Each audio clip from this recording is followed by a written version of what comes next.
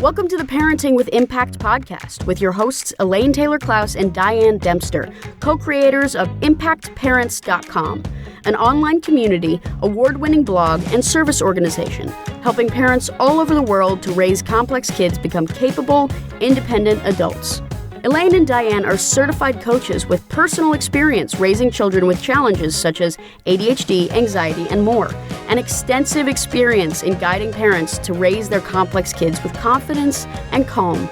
On the podcast, Elaine and Diane interview experts, bringing you cutting-edge information about your child's challenges, teach you real-life strategies to create lasting change, and demonstrate how coaching can guide you to parent your complex kids, one conversation at a time.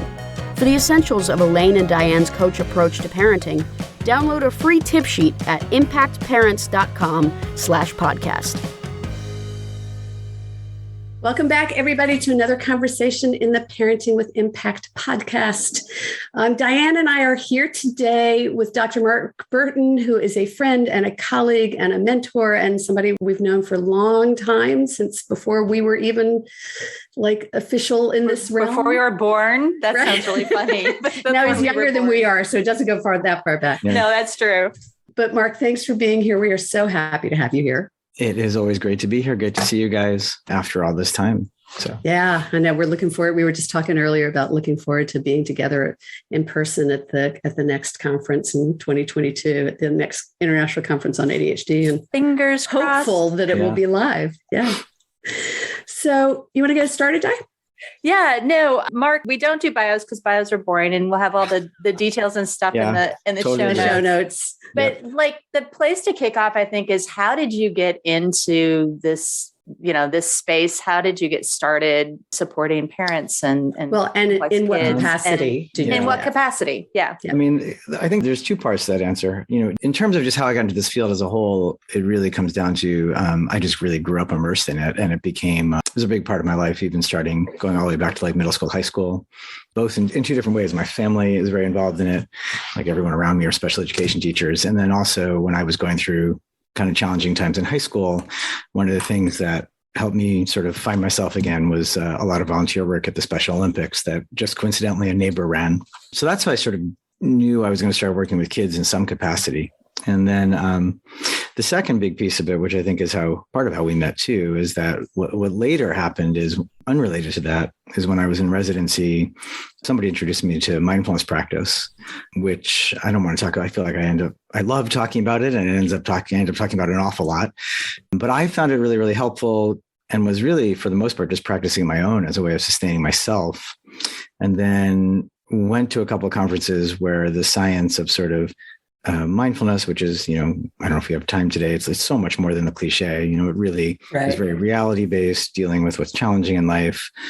And I started going to the conferences, talking about the science of it, and realized I was doing all this work with families, and parents are often so sort of overlooked in the dynamic when we're talking about kids who have difficulties at school. And it's such a, deeply challenging situation. And it just suddenly the light bulb went on really in one weekend at a conference. So sort of just realized okay, this mindfulness stuff would be absolutely perfect for helping parents navigate all the challenges that are going on in all these very complex situations. So then the second answer to your question is I started integrating more and more mindfulness and parent supports into my clinical care, working with families with lots of developmental differences.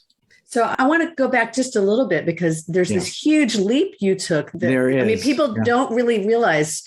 A lot of people don't even know what a developmental pediatrician is. So you're not just a pediatrician, you're a pediatrician who specializes in what we call complex kids. So what got you there? Well, I mean, that is the special education piece of my background. And I really initially thought I'll answer that question as I guess I'll do it chronologically. I mean, I always assumed initially, once I went into medicine, that I would do general pediatrics with just kind of my own personal interest in, being a general pediatrician who supported families with more complex needs.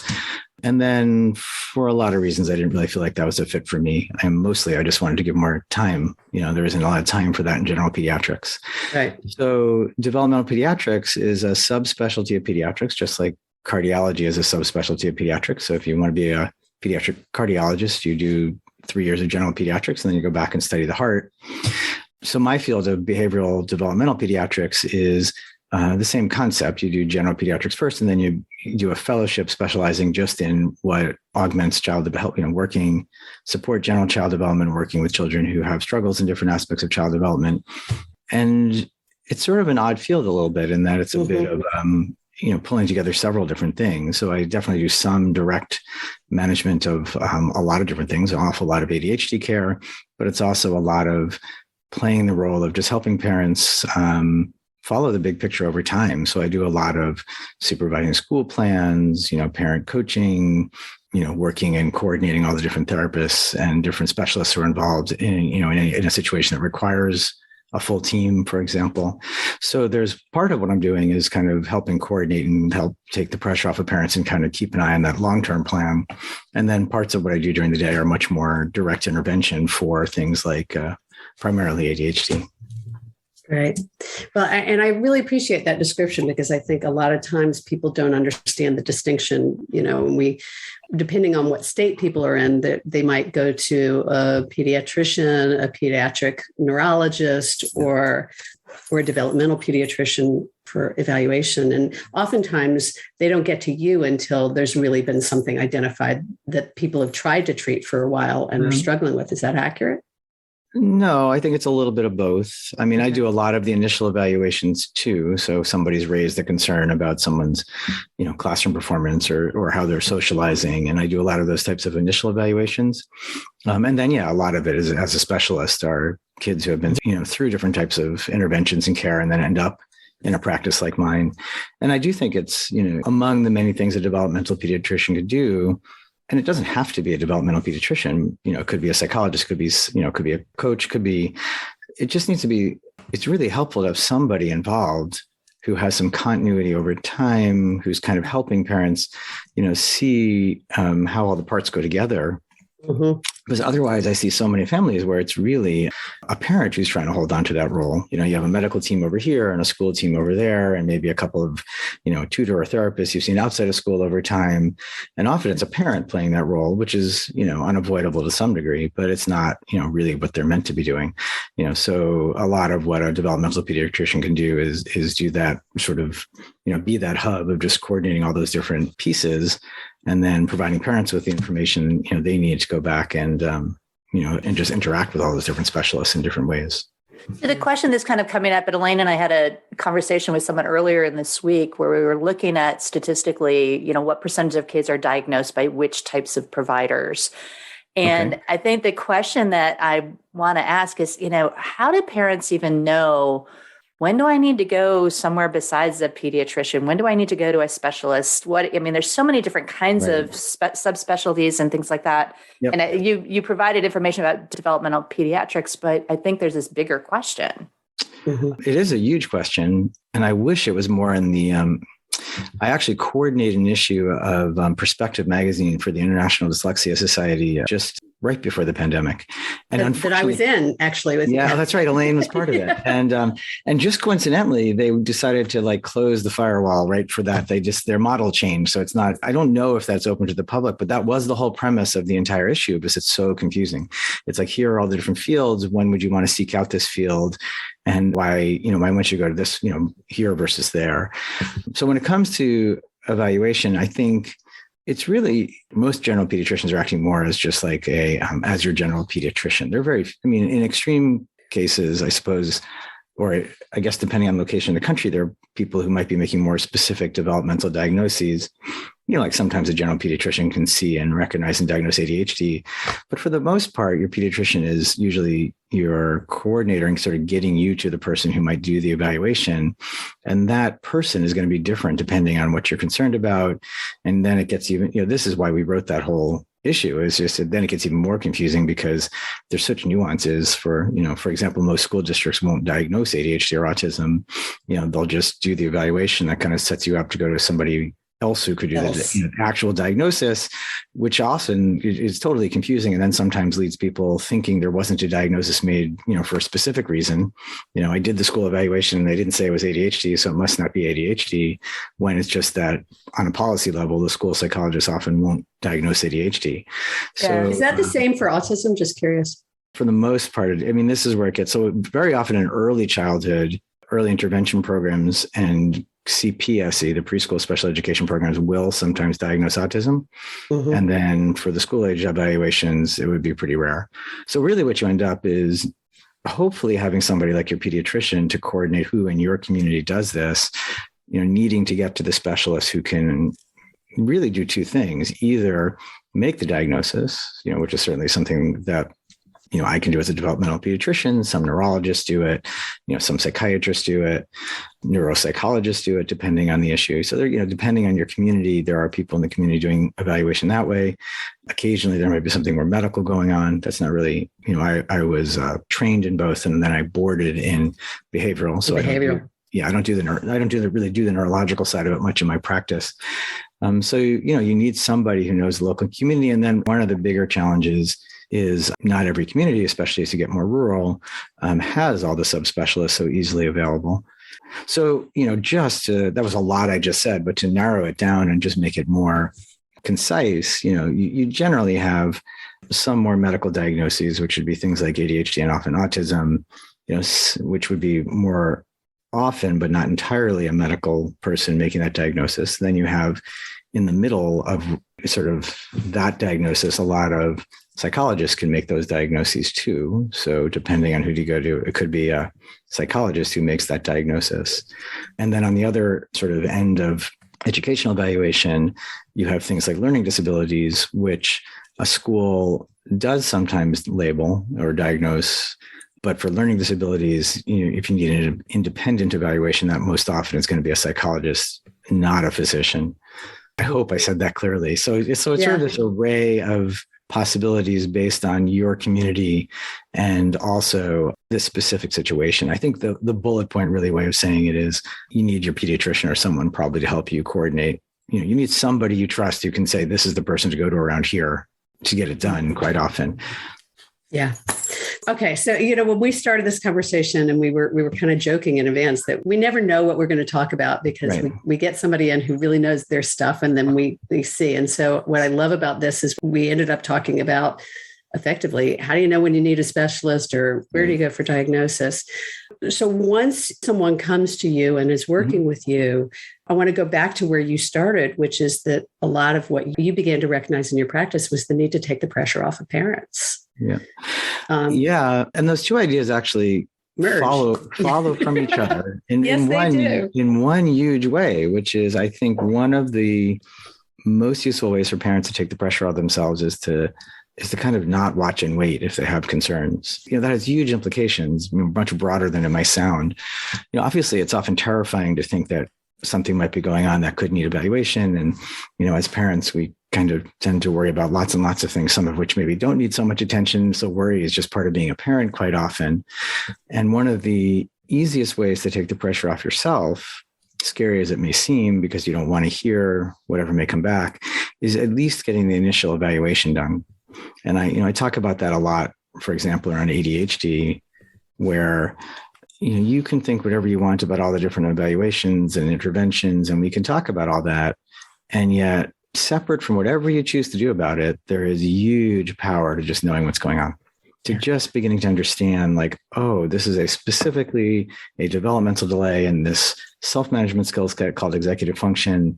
And just to begin to understand the nuances of that. And okay, they're not trying to get my goat really intentionally. This is just ADHD, not just, but this is caused by ADHD. Yeah. And so the information itself, is usually valuable, or hopefully going, sometimes a lot of parents might get to go and have their pediatrician or whoever sees them say, this is actually in the realm of typical development, and this is how we can help with it.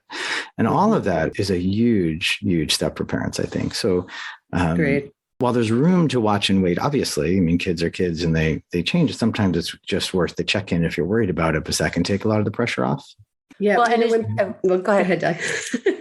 So what's coming up for me is that instant list of, excuses that parents make. The biggest one I hear is, I don't want my kid to be labeled. Right. It's this sort of, why do they wait and watch? Elaine, were you going to go? Yeah. Well, what I was going to say is when parents come and say, my kid was just diagnosed, my response is always congratulations, because now you know what you're dealing with.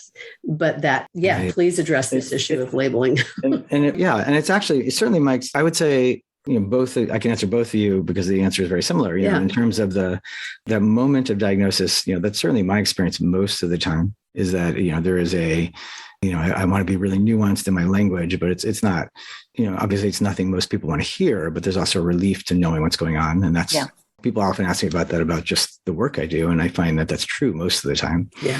And the thing about labels is that I think it's understandable fear that just doesn't turn out to be true most of the time. And I think you can look at it a couple of different ways, but the biggest one is that most of the time, if a child is struggling, most of the people working with them know that child is struggling.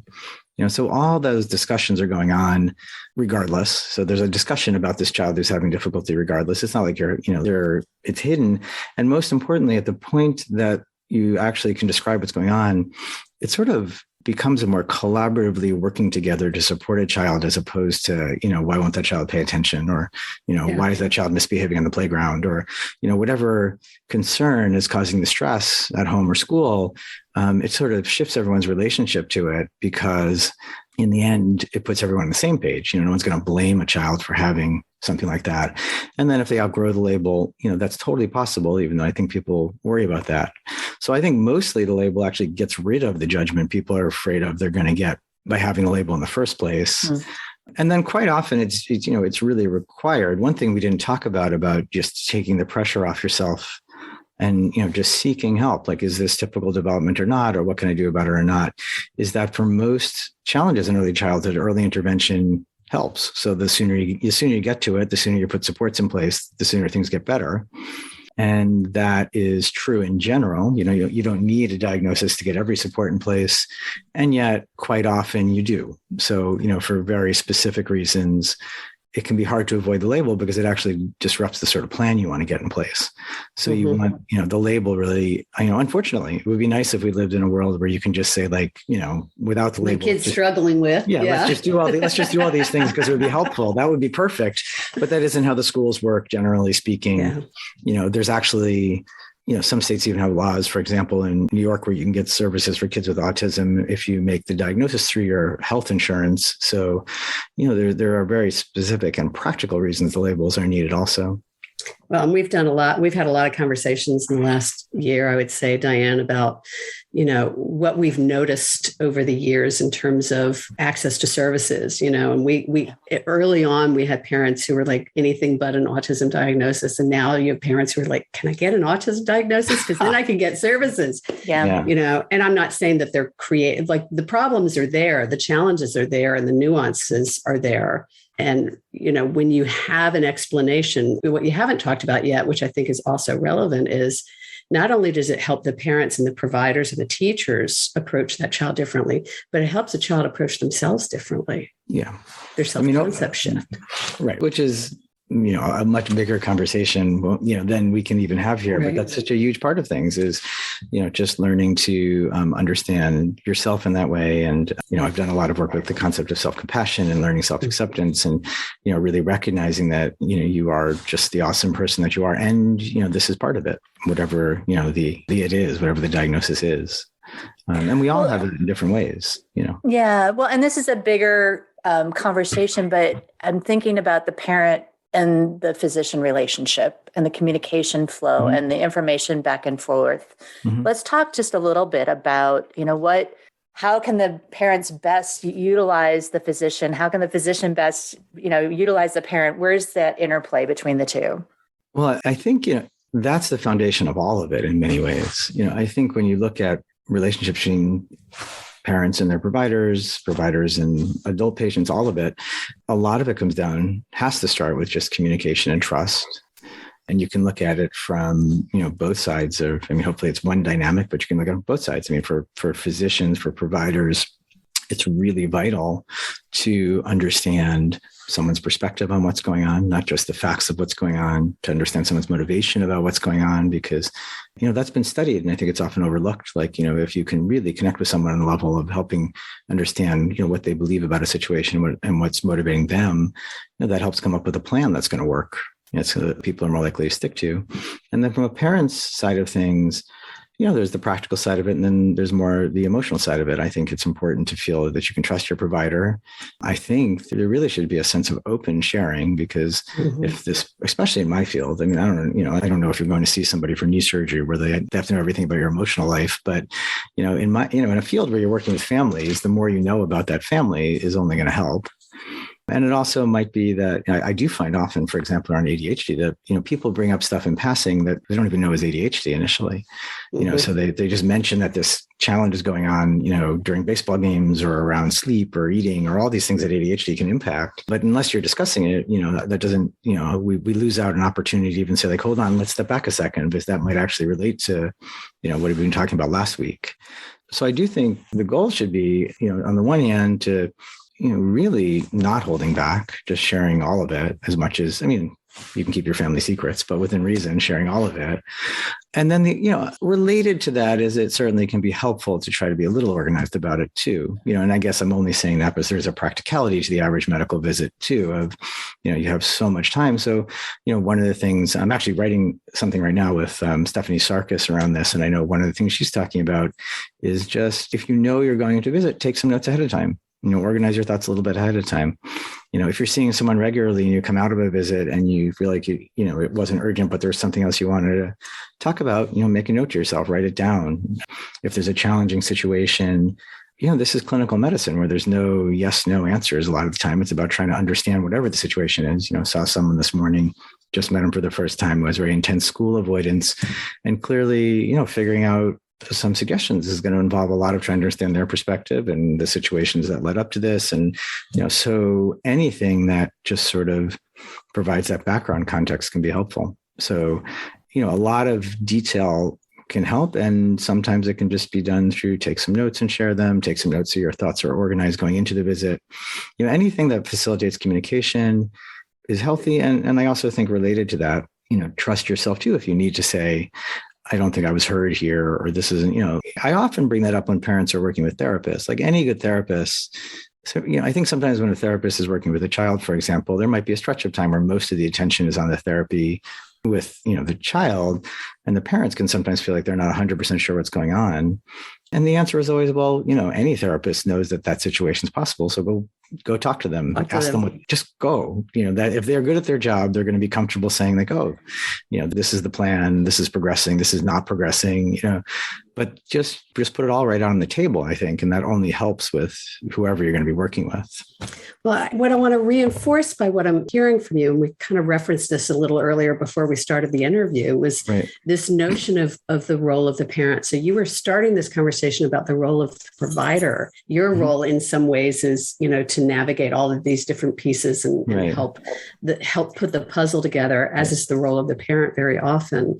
And with a parent, it's all the more important to be transparent, to be open about what's going on, because you may not know that the information you have is useful information for the provider.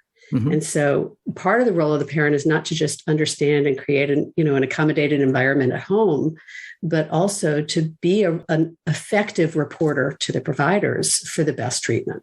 Yeah, I think it's actually sometimes frustrating in my field that, in that you'd wish there was a test for a lot of the things we're trying to sort out, but it's not, it's still clinical medicine, and it's all about looking for patterns of development over time. So the more a parent is able to, help share that and just help bring some clarity, like, whatever the detail might be, like he's been really, really anxious lately. But when I think about it, and then you start telling some stories about the back history of like, maybe there was a little anxiety before this, and maybe this isn't coming totally out of the blue, and anything like that creates that bigger context is really the heart of my whole field. I always tell parents that by the time we get started, after the initial evaluation, we should really just feel like we're on the same page. It's like you should feel like I have an understanding of what's going on at home. There's no single test we can rely on exactly. Well, and just to kind of wrap up this conversation, I'm thinking about my own experience and, 4 diagnoses, 3 kids. And if someone would have, that's all. Diagnoses, 3 kids, I'm lucky, I guess. But, it's like this sort of, if somebody would have said, like if somebody would have handed me the list of the things to watch for before I sat in the room and tried to fill out is this going on? Is this going on? I would be like, I would have looked for it very differently. Sure. And I would have found it in a different space than oh, wait, that's this. Oh, wait, that's how they decide whether it's anxiety or ADHD. I mean, all that sort of stuff that if you're not in that realm, as parents, we're not taught what to look for, if that makes any sense. Yeah. I mean, hopefully that's changing a little bit. I think the other thing you're saying that is probably useful too is that continuity helps a lot too. And I think that sometimes gets lost in the shuffle also. It's, there's like a pressured moment when people, it's like, we got to come in because, he's, whatever big thing is going on, failing a class or something. But there's a lot to just getting to know someone also that can be really valuable because of just what you said. It's like, it's an opportunity for, everybody to understand what's going on better. The provider might be able to explain, like, between now and when I see you again, watch for these few different things. As a parent, it lets you, ask follow-up questions, lets the provider get to know a child. And I mean, we haven't talked about the biggest challenge often is just logistics and cost. Yeah. Which is not, that's a problem with the system in our country right now. But within whatever's feasible, it's almost a type of childcare, I think, where hopefully your general pediatrician is doing some of that to begin with. And then if you have specific concerns, it's valuable to just try to get to know somebody, even if you're not seeing them often, just seeing them regularly so that they can help you organize your thoughts. And you can talk about, hey, let's, for the next few months, watch for this in school. And that continuity also helps clarify a lot of things too. Yeah. So we need to close this conversation. As much as I'd love to keep going, I know that we've passed our time. So I know you've got a website with your books and your articles and your resources. How can people find out more from you? All my books and my new classes and everything else are easily found at developmentaldoctor.com, which is all spelled out. We'll have it in the show notes. Great. Thank you. That's the simplest way to just find whatever might interest you. I have whole pages just about ADHD information, autism information, mindfulness information, just to try to get people to useful sources that way. Great. Well, and Mark, we probably want to have you back and talk about mindfulness. I know that's your fun thing that you love to talk about. I do. And as we wrap up our conversation today, is there anything we've missed kind of in the vein of our conversation that you want to wrap us up with? Interestingly, what we didn't touch on, which I know you both feel really strongly about, is part of taking care of ourselves as parents is just acknowledging the stress of all this and doing whatever we can to, my favorite, one line bit of advice I got going into, and I know I'm supposed to end with a quote, and the quote I had come up with, because I thought we were talking about it with a different topic, was totally wrong.